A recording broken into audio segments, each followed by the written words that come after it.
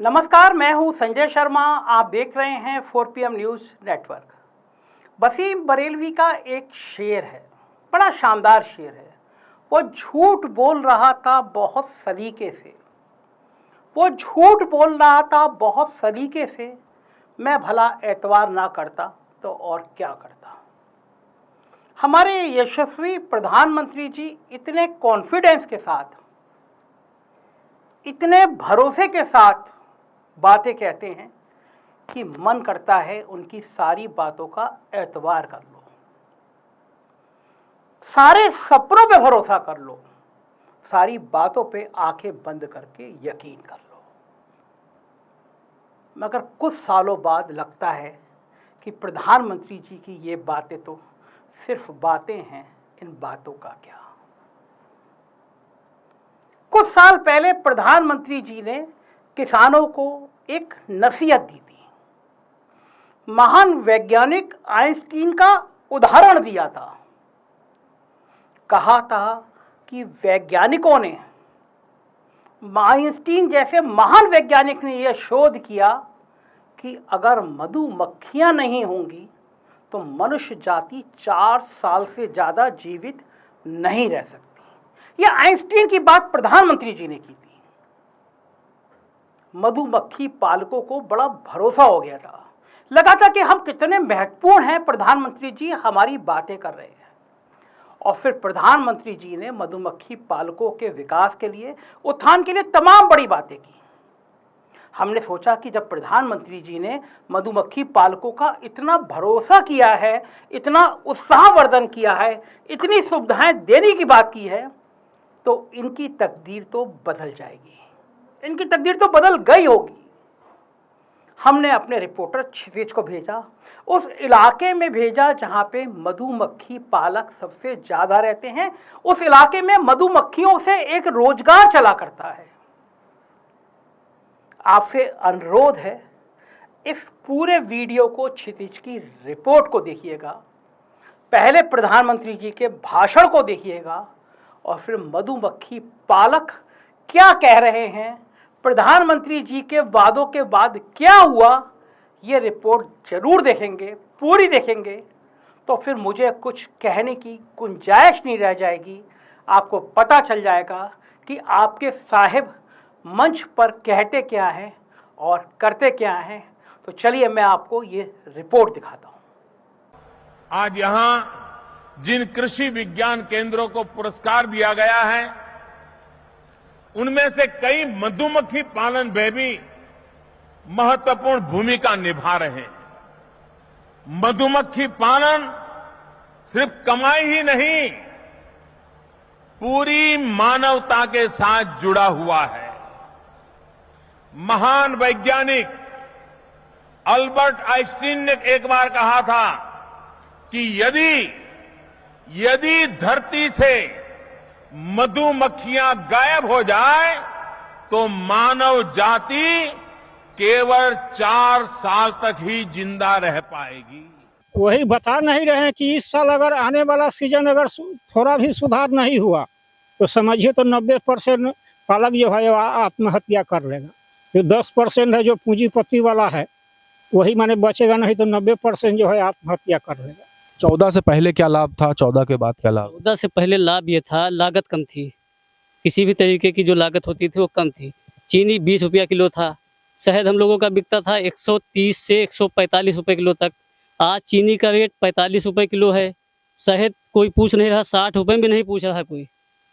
तो क्या करेंगे हम लोग, मर जाएंगे वो क्या। इस टाइम जो स्थिति इस टाइम चल रही है, आधा भी नहीं आएगा। मान लो अपनी जेब से ही देना, और जब दूसरी कमाई नहीं होएगी तो ये सब खत्म ही कर देंगे, खत्म ही हो जाएगा, हम लोग मर जाएंगे इसमें। जो तकलीफ इस टाइम हम लोग के ऊपर गुजर रही है, अगर यही हालात रहे तो आने वाले टाइम में खुदकुशी ही करना पड़ेगा।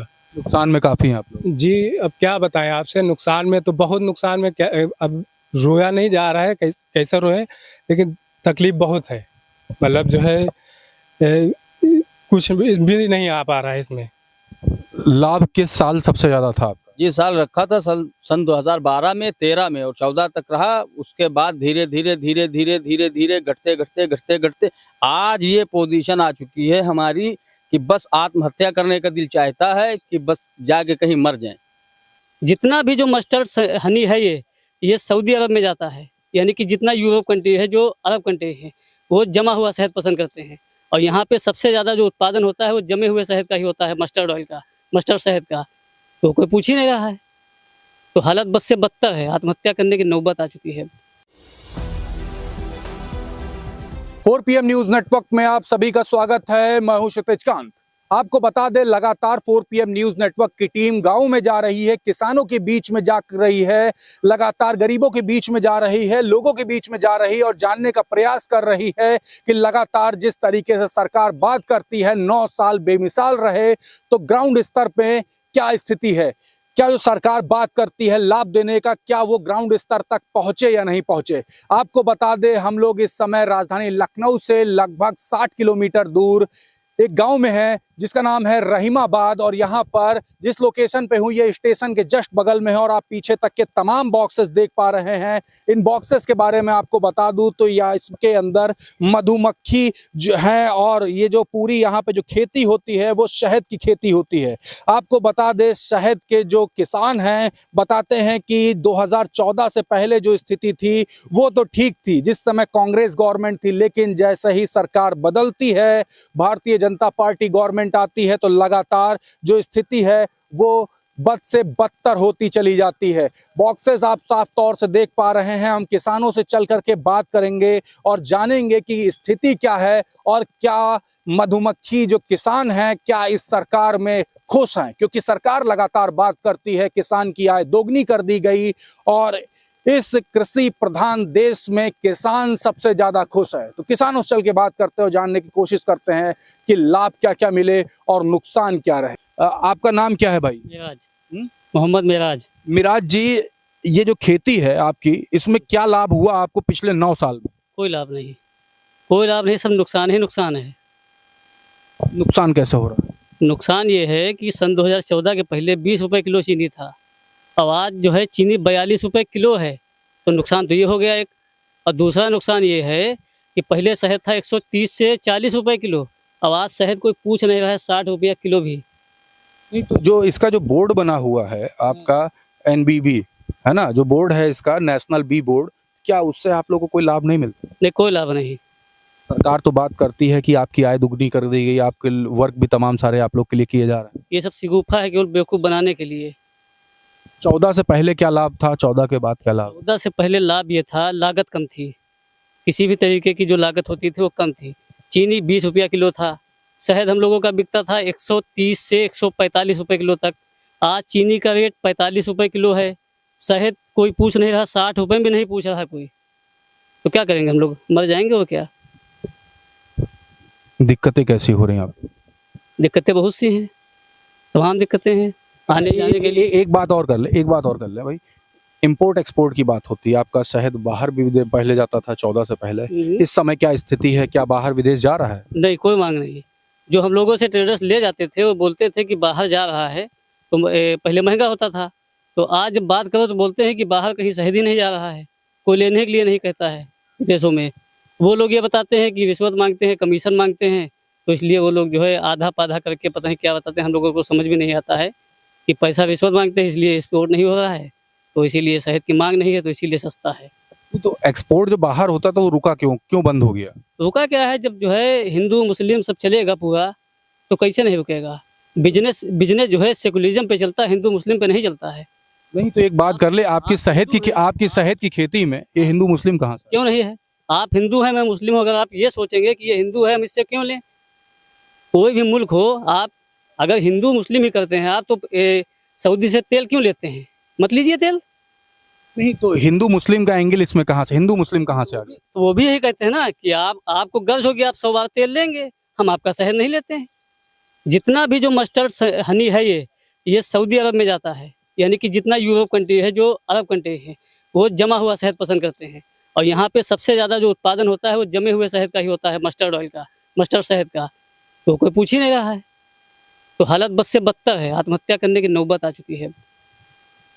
एक चीज ये नहीं समझ में आई कि जैसे सऊदी अरब है, आपने बताया कि हमारे देश का जो मस्टर्ड जो शहद है, सरसों का शहद, वो ज्यादा लिया जाता है, जी। तो वो किस वजह से हमारे देश का शहद नहीं ले रहा, वो मूल वजह क्या है? मूल वजह सर यही है कि मांग ही नहीं है कोई, वो लोग दूसरे लोगों से लिए लेते हैं। मस्टर्ड नहीं, को ऐसा तो है नहीं कि खाली हिंदुस्तान में पैदा होता है। नहीं तो हिंदुस्तान का क्यों नहीं लिया जा रहा? हिंदुस्तान में लेने की वजह सिर्फ यही है भाई। अभी हम लोग टीवी देखते हैं, तमाम हिंदू मुस्लिम तमाम, अभी ओबामा ने भी कहा है कि हिंदुस्तान के अंदर जो ये अल्पसंख्यकों के ऊपर जो ये हो रहा है ये नहीं होना चाहिए। तो इससे फर्क पड़ता है ना। आप मिसाल के तौर पे आप गांव में जाइए, शहर में जाइए, अगर कोई ये सोचेगा कि ये हिंदू है मैं इससे नहीं लूँगा सौदा, या कोई ये सोचेगा कि ये हिंदू है मैं इसको कोई सामान नहीं दूंगा, तो बिजनेस कैसे चलेगा? बिजनेस तो सेकुलरिज्म पे चलेगा ना।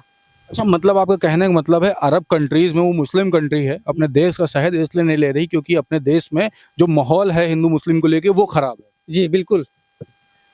वजह यही है। देखिए पीछे और भी लोग हैं, उनके पास भी चलते हैं और बात करते हैं कि वो क्या कुछ कहेंगे। पीछे देखिए सब बैठे हुए हैं और आप यहाँ पर तमाम बॉक्सेस देख पा रहे हैं, सभी में यहाँ पर मधुमक्खियां हैं। बात करते हैं, आपका नाम क्या है? शाहनवाज। इसमें सभी बॉक्स में मधुमक्खी हैं। जी जी। कैसा चल रहा है खेती आपकी? बहुत बुरा है, बुरा कैसे? बहुत बुरी स्थिति। कोई रेट नहीं मिल रहा है, चीनी इतनी महंगी है, किसानों को सही दाम नहीं मिल पा रहा है। सरकार तो कहती है कि काफी लाभ दिया किसानों को, काफी फायदा दिया।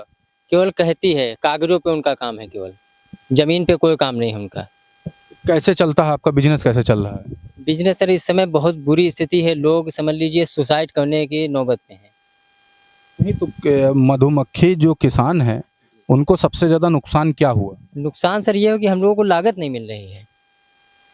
शहद का जो रेट था 135 से 145 2014 के पहले, आज वो रेट ही नहीं मिल रहा। आज 60 65 80 कोई बोलता है, आज कोई 60 रुपए में उठाने के लिए नहीं तैयार है। 80 रुपए की लागत है केवल, हनी की शहद की लागत केवल 80 रुपए किलो है। जो हम लोग मेहनत करते हैं, पेट्रोल का भाड़े का जो इधर उधर माइग्रेशन पे ले जाते हैं, और पूरे साल का खर्च 80 रुपए किलो की लागत का है। ये 80 रुपए लगाकर कितना कमा लेते हो? कहाँ है, घट गए ना। 60 रुपए में कोई नहीं पूछ रहा है। 60 रुपए में कोई नहीं पूछे तो कैसे कैसे करते हो? सर कैसे क्या करते हैं, वैसे ही करते हैं, बॉक्स खरीद के लाते हैं और उत्पादन होता है जितना भी, और रेट नहीं मिल पाते, हम लोग नुकसान में हैं। कांग्रेस सरकार में आप लोग को फायदा था? बहुत फायदा था सर उस समय। कम से कम ये तो था कि नहीं 135-40 में तो हम लोगों को लागत तो मिल जाती थी। आज तो सर लागत भी नहीं मिल पा रही है। पिछले जो 9 से 10 साल जो रहे मोदी सरकार, भाजपा सरकार, इसमें यही बिजनेस करते रहे आप? जी यही करते रहे, थोड़ा और कुछ भी देखते रहे। आस थी कि ये बिजनेस, और क्योंकि मोदी जी कहते थे कि हम किसानों की आय दोगुनी कर देंगे, तो इस आस में लगे रहे कि हम किसानों की आय दोगुनी होगी। और इसके लिए भी काफ़ी प्रचार किया कि ये काम करें लोग, इससे किसानों की आय दोगुनी होगी और रेट अच्छे मिलेंगे। और तमाम मिट क्रांति एक लाए थे योजना कि इस मिट क्रांति के ज़रिए हम किसानों की आय दोगुनी करें। सर पूरा मिशन सर फेल है। आज किसान बहुत ही स्थिति परेशानी में है, बहुत परेशानी में है। ये बिजनेस छोड़ क्यों नहीं देते? दूसरा अपना मतलब ये जो मधुमक्खी पालक का है, आपका जो शहद का है, बिजनेस छोड़ के दूसरा भी कर सकते हैं, ये कार्य छोड़ करके ये किसानी करके। सर किसान अगर गेहूं के खेत में, उसके खेत है, खेती वो बोएगा तभी तो खाएगा। अगर वो बरसों से खेती कर रहा है तो छोड़ तो नहीं देगा ना। वो तो इस आस में लगा रहेगा कि शायद आने वाले दिनों में हमें हमारा कोई भला कर दे, शायद हमारी ये सरकार को सुन ले। मोदी सरकार में आपका फायदा कुछ नहीं हुआ? कुछ नहीं हुआ है सर, बहुत ज़्यादा नुकसान हुआ है। बहुत ज्यादा सुनवाई सर कोई नहीं है, कोई सुनवाई नहीं है इसमें। अनुदान जो आया था सर, अनुदान में हमने एक हमारी है यहाँ की तिलन की, उनका मैंने भरा था फार्म सर। वो बहुत समझ लीजिए मुश्किल में है सर। क्या परेशानी है उनको सर? ना पति है ना सर उनके ससुर जो थे वो भी नहीं है उनके, और उनका अनुदान के लिए भरा था और 10 डिब्बे भी उन्होंने अपने पैसों से खरीदा था, उनका अनुदान भी नहीं मिला सर। बर्बाद हो गया? बर्बाद बहुत बुरी तरह।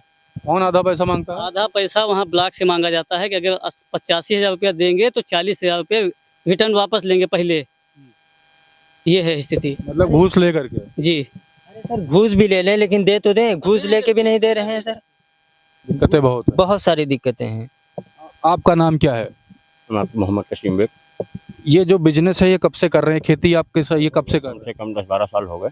12 साल से? जी 12 साल में सबसे बढ़िया आपका सीजन, सबसे बढ़िया साल कौन सा था? वो हम आ गया करीब 13-12 सन 2012 में।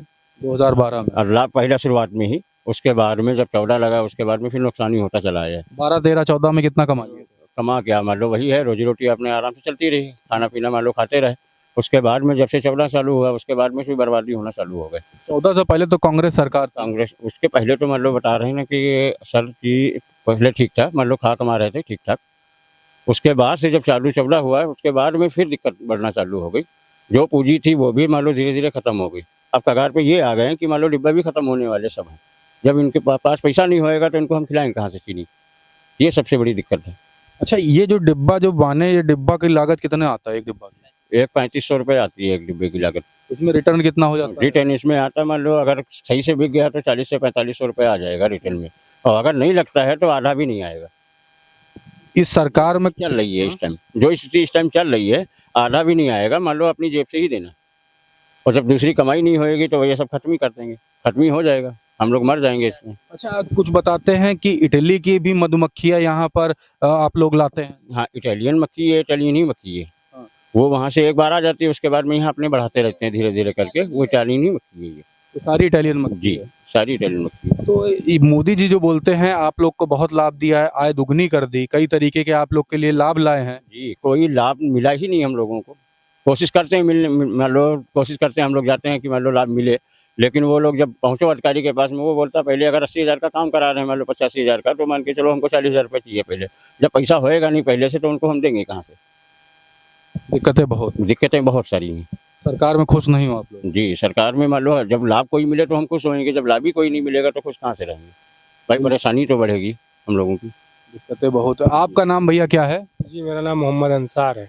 अंसार साहब, यहाँ पे जिस जगह पे खड़े यहाँ पर तो विधायक और जो सांसद है वो भाजपा सही है।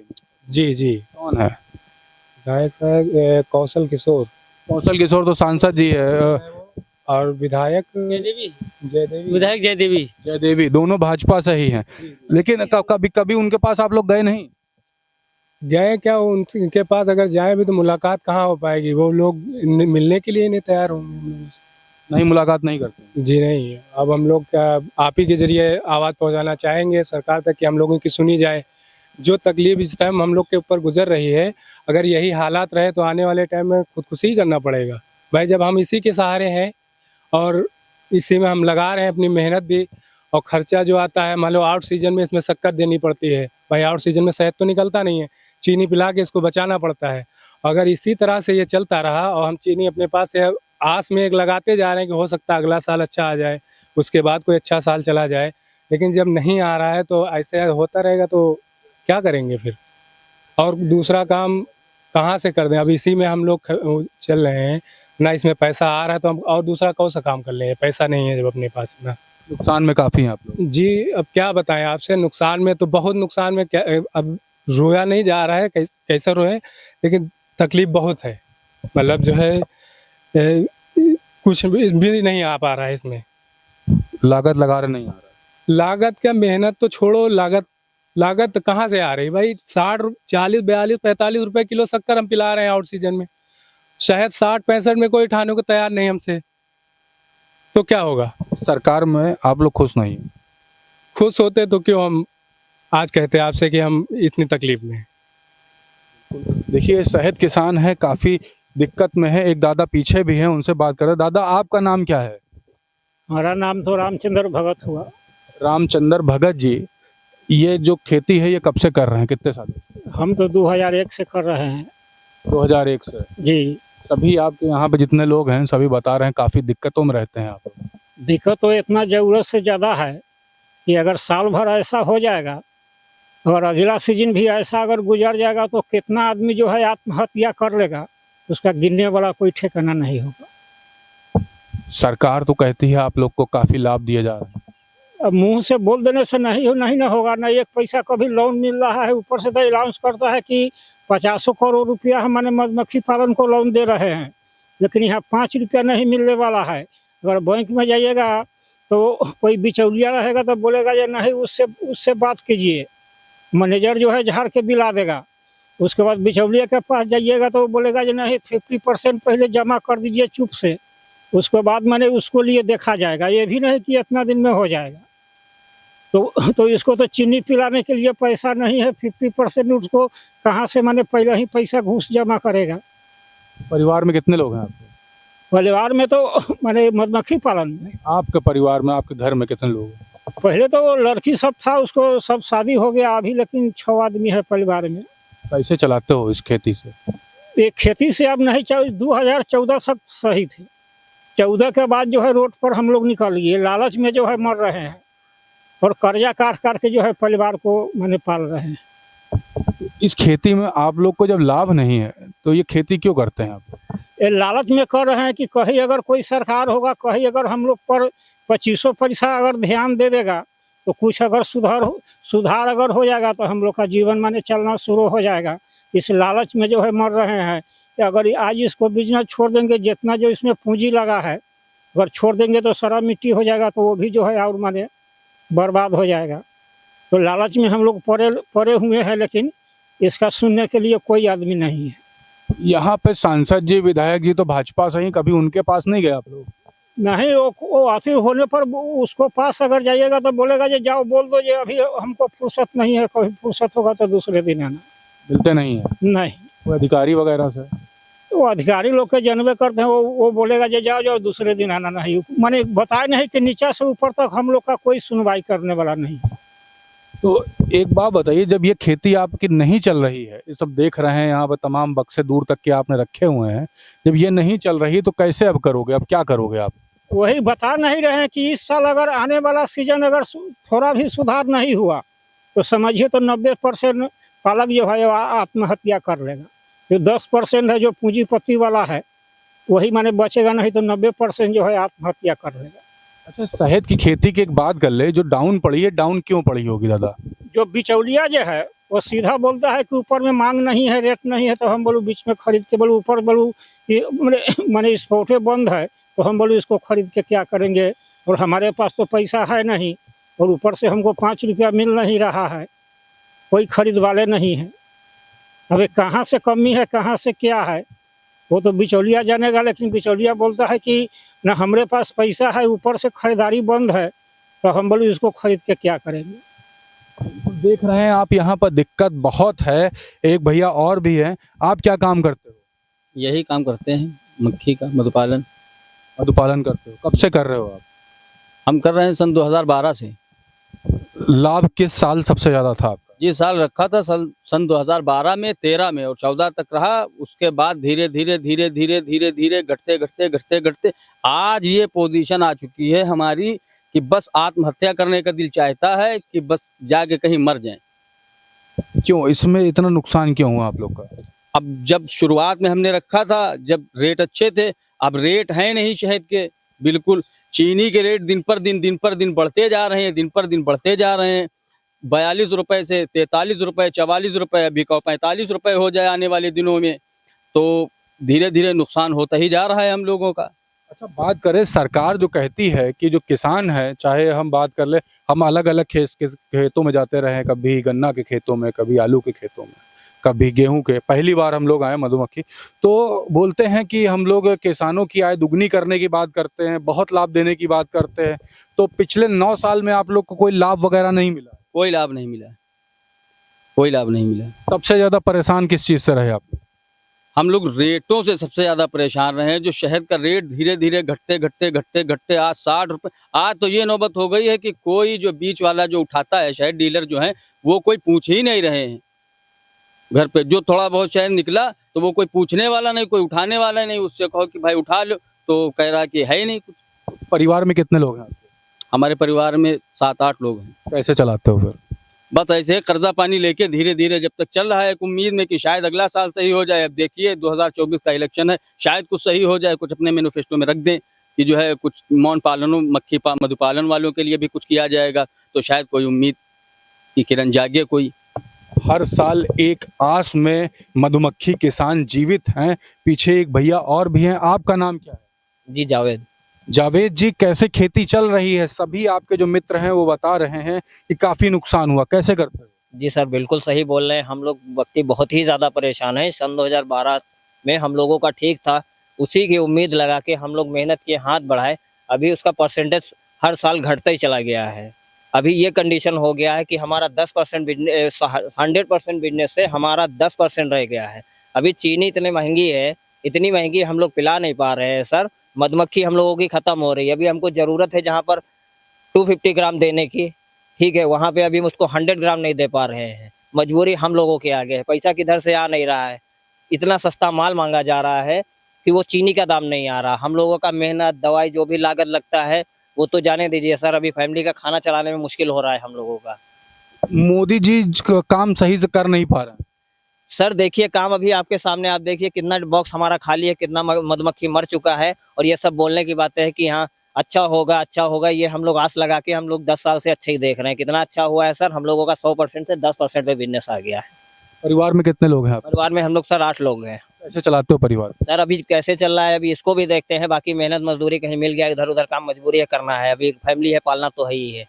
मधुमक्खी पालन खो के सरकार में खुश नहीं। कुछ भी टाइम मिल जाता है, अगर एक दिन का भी मिल जाता है तो हम लोग दिहाड़ी भी कर लेते हैं सर, फैमिली पालना है। मधुमक्खी पालक इस सरकार में खुश नहीं। सर अभी आप कंडीशन देख लीजिए कि हम लोग, आप खुद ही देख सकते हैं कि क्या कंडीशन है हम लोगों की। आप लोग के कितने लोग ऐसे हैं जो यही कार्य इस क्षेत्र में पूरा करते हैं? सर अभी हम लोगों का पालक यहाँ से लेके काफी दूरी तक है, लेकिन हम लोगों का ये ग्रुप इसी एरिया में हम लोग रहते हैं। सब लोग साथ में बिजनेस शुरू किए। अभी सबका इतनी बुरी कंडीशन हो गई कि एक दूसरे का कोई सपोर्ट कर ही नहीं सकता है, क्योंकि सब परेशान है। अगर किसी से कोई सपोर्ट लेना भी चाहे तो उसके लिए पॉसिबल ही नहीं, क्योंकि वो खुद ही परेशान है। हम लोग सपोर्ट क्या करेगा सर? कहीं से हेल्प मांगो, मिलता नहीं है कोई भी अफसर। यहाँ पे जा के समझ लो पैसा ही खत्म होता है, भाड़ा इतना खत्म हो जाता है, काम 1 रुपए का वहाँ नहीं होना है। ये बताइए, आप लोग सरकार के किसी मंत्री के पास या कभी किसी अधिकारी के पास नहीं गए? सर आपको लगता है हम लोग मंत्री तक पहुंच पाएंगे? पॉसिबल है पहुंचना। अगर हम मंत्री के पास पहुंच पाते या किसी अधिकारी के पास पहुंच पाते तो हम आपसे नहीं बोलते सर। अच्छा, एक बात बताइए, आपके क्षेत्र में कभी कोई मीडिया वगैरह आती है? नहीं आता है सर, कोई भी, कोई आता ही नहीं सुनता? कोई नहीं आता है।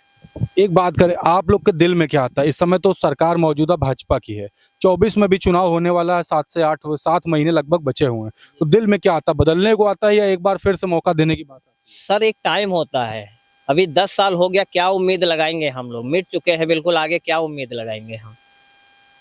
अभी हम लोग, वही बात हो गया ना कि एक बीमार है, वो अगर 15 साल से झेल रहा, वो बोलेगा तुम 15 दिन में ठीक हो जाओगे, तो उसकी आस टूट जाती है कि ठीक ना होने के हम। तो अभी क्या उम्मीद लगाएंगे सर? अभी हम लोगों का बिजनेस एकदम खत्म हो चुका है। और अभी जो आप बॉक्स देख रहे हैं, अभी जैसे कि मैं आपको बताया 100% से 10% हम लोगों का बिजनेस रह गया। मैं पूरी चीनी नहीं दे पा रहा हूँ मधुमक्खी को, खत्म हो रहा है, ठीक है। अभी हालात ऐसे आगे कि आगे ये मरता ही जाएगा, ठीक है। आगे क्या करना रहेगा? या तो कटोरा लेके भीख मांगे, या तो कहीं ना कहीं पे मिट्टी खोदने का काम करे। परिवार तो चलाना है भाई, उनको तो भूखा सुला नहीं सकते। हालात अभी ऐसे आ चुके हैं सर, बाकी कंडीशन आप फील्ड में खुद ही देख रहे हैं क्या है। तो आप यहाँ पर मधुमक्खी किसानों को सुन रहे थे, दूर तक के आपकी नजर जा रही होगी तो यहाँ पर जितने भी बॉक्स आपको दिखाई दे रहे हैं, इसमें तमाम मधुमक्खियां हैं और इसी बॉक्सों से ही जो शहद जो आप तक जो पहुंचता है, इन्हीं बॉक्सों के जरिए वो शहद निकलता है। और यहाँ पे जो पालक थे वो बता रहे थे कितनी दयनीय स्थिति है, कितनी बुरी स्थिति है इस समय। पिछले 9 साल में काफी नुकसान हुआ है इन सभी को। कोई खेती कर रहा है 2001 से, कोई खेती कर रहा है 2012 से, कोई 2010 से, तो 2014 से पहले यानी भारतीय जनता पार्टी गवर्नमेंट आने से पहले काफी लाभ था इन सभी को, रोजी रोटी आराम से चल पा रही थी। लेकिन जैसे ही सरकार आई, जैसे ही सरकार बदली है 2014 में, उसके बाद धीरे धीरे साल पर साल इन सभी किसानों को काफी नुकसान हुआ। और धीरे धीरे अब इस कगार पे आ चुकी है खेती कि किसान बोल रहे हैं कि हम आत्मदाह कर लेंगे। घर परिवार चल नहीं पा रहा, काफी मुसीबत में है, काफी दिक्कतों में है। आप हर तरीके की खेती देख रहे हैं, हर जगह मैं जाता हूं, किसानों से बात करता हूं तो किसान बताते हैं कि आय दुगनी करने की जो बात सरकार कर रही है, कहीं ना कहीं उसमें फेल हुई है। और यही स्थिति आपने मधुमक्खी पालकों के बीच में देखा, मधुमक्खी किसानों के बीच में देखा। साफ तौर से बता रहे हैं कि 9 साल बेमिसाल की जो बात कर रही है सरकार, कहीं ना कहीं फेल हुई है। और साफ तौर से किसानों ने बताया कि हालात इतने दयनीय हैं कि एक साल में इस साल अगर लागत नहीं निकल पाई तो स्थिति बद से बदतर हो जाएगी। देखने वाली बात होगी कि सरकार ये खबर देखने के बाद क्या कुछ करती है मधुमक्खी किसानों के लिए। तब तक ग्राउंड रिपोर्ट के लिए जुड़े रहे 4PM न्यूज नेटवर्क के साथ। मैं हूं क्षितिज कांत, कैमरा पर्सन शुभम के साथ। धन्यवाद।